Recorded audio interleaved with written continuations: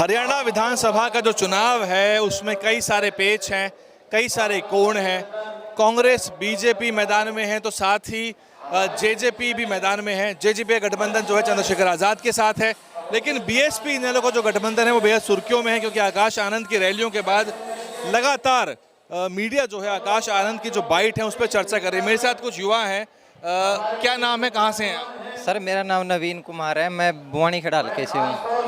मेरा पहला सवाल ये है कि आकाश आनंद भी मैदान में है, चंद्रशेखर आज़ाद भी मैदान में है, जेजेपी के साथ कैसे देख रहे हैं आप?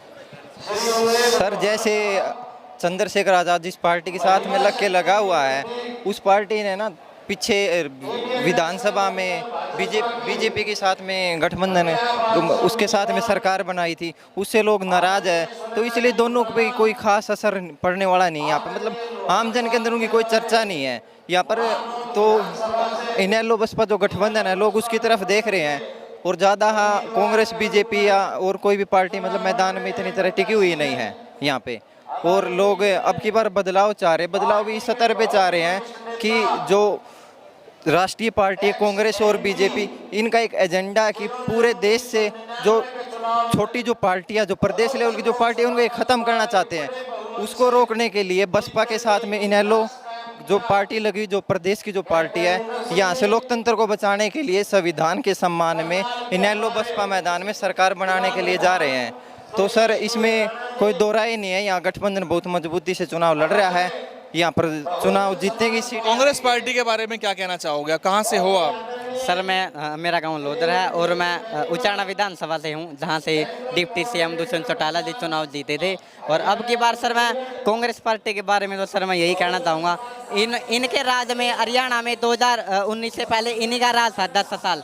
हरियाणा के अंदर जितने भी एससी समाज के प्रति अत्याचार हुए ना सर, उनमें कांग्रेस पार्टी ने उनके तरफ कोई एक्शन नहीं लिया सर। और जितने भी कांग्रेस पार्टी के दलित नेता थे, चाहे उस समय के आप डॉक्टर अशोक तंवर को देख लीजिए, उस समय समाज की न्याय मंत्री कुमारी शैलजा के साथ जो सलूक हुआ है उसका क्या आपके हिसाब से इम्पैक्ट पड़ने वाला है? सर देखिए सर, कुमारी शैलजा भी आज भी सर यही कह रही है कि मेरे अंदर आज भी जो है कांग्रेस का खून है। लेकिन सर मैं उनको कह देना चाहता हूँ, उनको स्वाभिमान की कोई भी चिंता नहीं है, उनको सिर्फ और सिर्फ अपने पद की चिंता है, तभी तक वो आज तक कांग्रेस पार्टी में बने रहे। वरना जितनी ज़्यादा बेइज्जती कांग्रेस पार्टी शैलजा की उसमें हो रही है ना सर, इतनी तो किसी में ना, वो ना पद को स्वाभिमान से ऊपर रख रही है।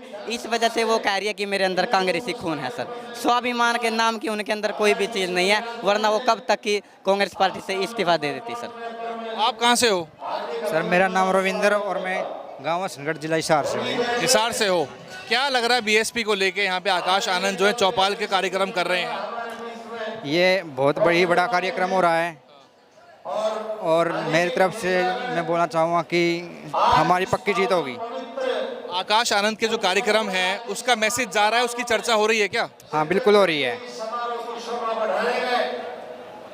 और चंद्रशेखर आज़ाद के लेके भी उन्होंने बयानबाजी करी है, उस पर क्या कहना है आपका? सर उस पर कुछ नहीं कहना। आप मुझे बताइए कि जैसे आम आदमी पार्टी है जिसका वोट नोटा से भी कम आया था पिछली बार, मीडिया उनको बहुत ज़्यादा दिखा रहा है बड़ा चढ़ाकर। सर मनुवादी मीडिया का यही काम है, जो राष्ट्रीय पार्टी है बहुजन समाज पार्टी, उसको न दिखाकर जो नोटा से भी कम वोट आए हैं, जो आम आदमी पार्टी के जो जेलों में बंद है, जो आकाश जी ने उनको पता क्या बोला है, आराम पार्टी, जो आराम फरमा रहे हैं घोटालाबाजी करके, तो उनको इसीलिए बढ़ा चढ़ा के दिखाया जा रहा है कि ज़्यादा से ज़्यादा लोग जो पूंजीपति लोग हैं, मनुवादी मीडिया ना, उनका घोटाला में काम कर दबे कुचले समाज को हम ऊपर ना उठने दें।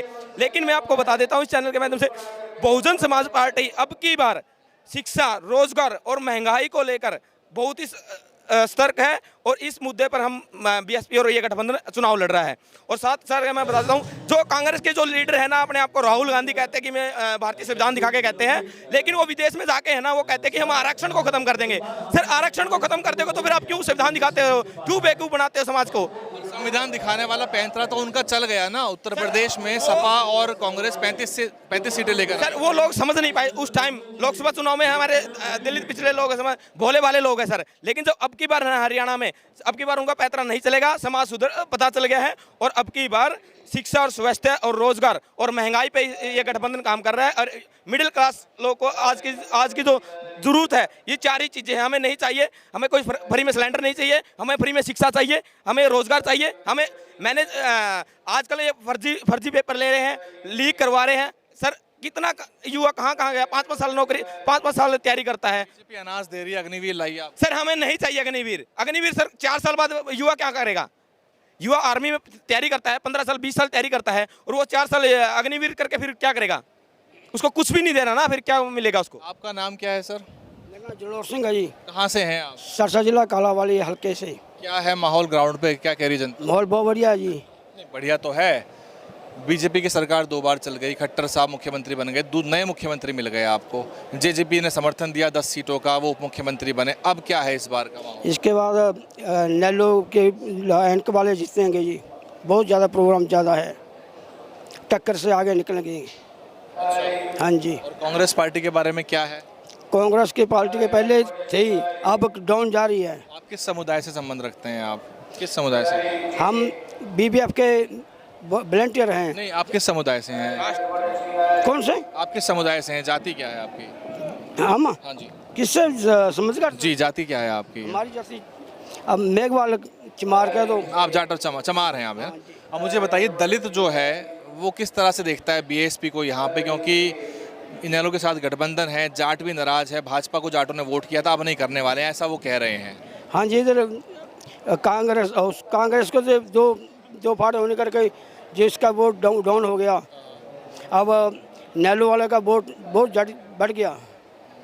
आप क्या कहना चाह रहे थे? क्योंकि बहुकोणीय चुनाव है, खुला चुनाव है, समझ में ये आ रहा है कि बीजेपी को हराने का चुनाव है, जो जितने ताकत लगाएगा उतनी सीट पाएगा। सबसे पहले तो मैं आपने अभी एक भाई से इनसे सवाल कराया था कि उनका संविधान वाला पैंतरा चल गया, तो सर मैं इस पर एक बात कहना चाहता हूँ कि सर काट की अंडी बार बार तो नहीं चढ़ेगी ना।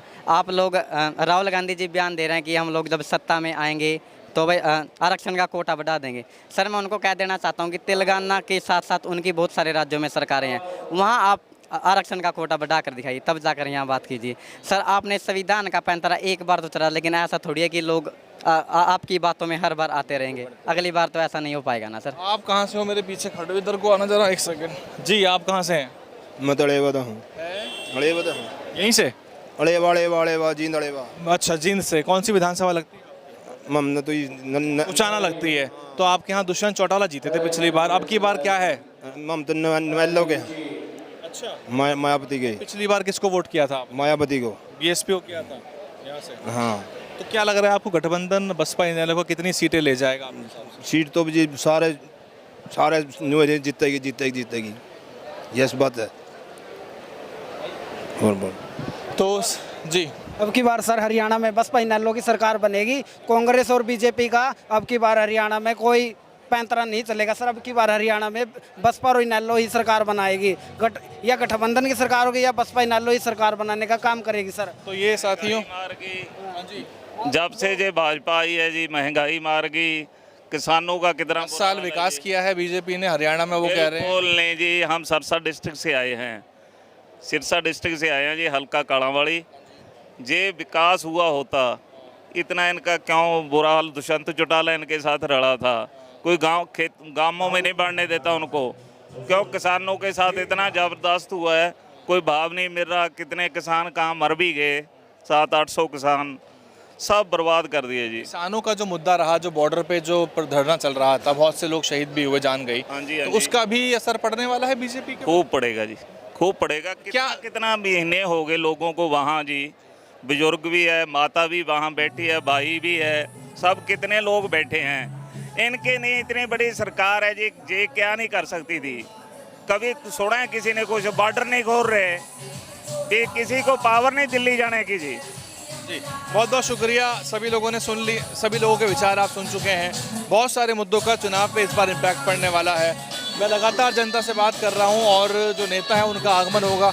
आज हमारे चैनल पे पूरे दिन की आपको अपडेट मिलेगी। अगर आप चाहें तो बाकी रिपोर्ट भी देख सकते हैं। DNN हिंदी को सब्सक्राइब करने के लिए दबाएं लाल रंग का सब्सक्राइब बटन और घंटी का बटन दबाकर ऑल नोटिफिकेशन पर क्लिक करें।